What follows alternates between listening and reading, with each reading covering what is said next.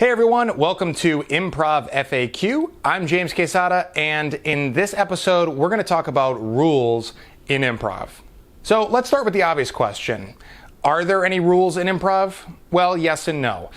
Yes, in the sense that there are some commonly used principles such as yes and or give and take, be in the moment, don't be jokey.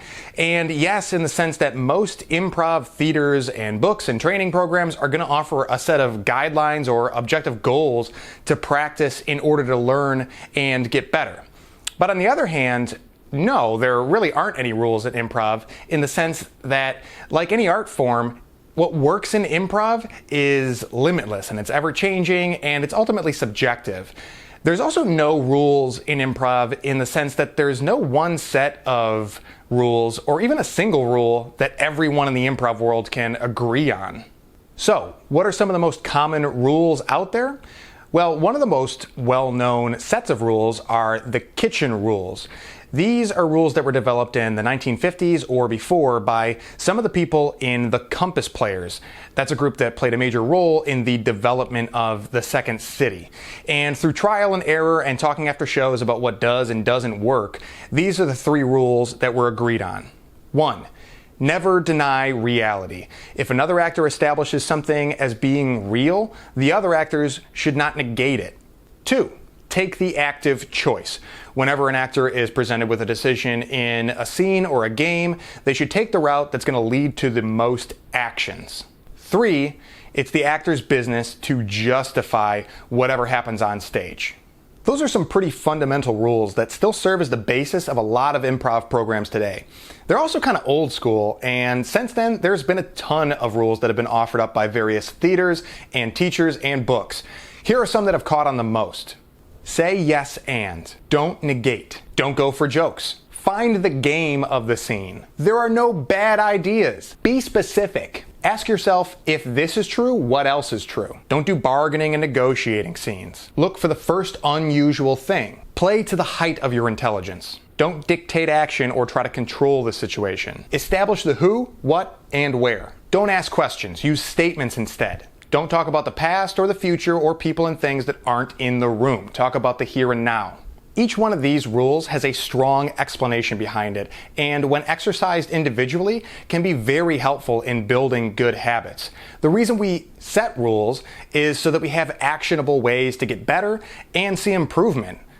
Another benefit of using rules is so that you can get a group of strangers in a room and get them all on the same page about how we're going to do this nebulous thing called improv, like in a classroom setting. Honestly, I feel like a case for implementing rules is pretty self-evident, and it's something that we're very familiar with in a learning environment. However, when you stack up a list of rules like that, it can very quickly become overwhelming. So that brings us to our next question. What's the case against rules-based improv?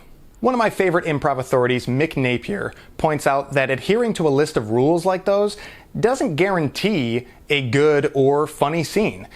And on the reverse, breaking any number of those same rules doesn't guarantee a bad or unfunny scene. And yeah, I've watched plenty of improv shows that followed all of the rules and were super boring or just not fun to watch. And I've also seen plenty of improv shows or scenes that broke some or all of those rules and were an absolute blast. The more general distaste for rules comes from the idea that improv is supposed to be fun, and great improv comes from those who are in the moment, out of their heads, and playing freely with each other. So it's understandable that when people go to take an improv class and are hit with a bunch of rules that get you in your head and suck the fun out of things, they might be a little bummed out. So the next question is it better to perform with rules or without rules? Well, first of all, it's kind of a paradox for any theater to say that they teach or perform improv without rules. There's a podcast lecture from Ian Roberts of UCB where he gives an in-depth argument that it's impossible to teach anything without using something that can be considered rules, and that to learn something is pretty much by definition to understand or discover a rule. So to me, the question of rules is not really about whether they are used or whether they should be used. It's about how they're presented in a learning environment. Some people love rules, theoretical analysis, and clear objectives, and that's great. If you're one of those people, I hope that you thrive on those things when they're available. But don't trick yourself into thinking that there's one right, correct way to do things. Leave room for the subjective, for mystery, and for nonsense. Not everything needs an explanation. But what about people who don't thrive on rules? In my experience as a teacher, there are two types of people that we got to consider here. One, there are definitely some people who are resistant to rules that just have an attitude and don't want to put in the work. And the tough love answer to those people is deal with it. Anything worth doing is worth working on. Any learning curve is going to involve setting aside the desired outcome so that you can focus on skill sets in their own right. Sometimes it's just got to be less fun now so you can have a whole lot more fun later. The other type of person to consider is someone that thrives on a different style of learning. There are visual learners and physical learners, social and experiential learners. And no matter how airtight your curriculum is on a logical and analytical level, you can't cram it down the throats of people who don't learn that way.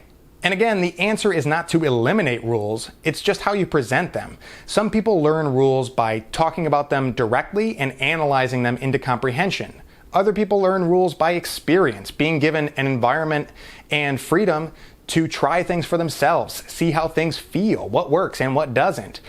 This approach to learning teaches rules while hardly ever talking about them. All that being said, not every training program needs to cater to all students.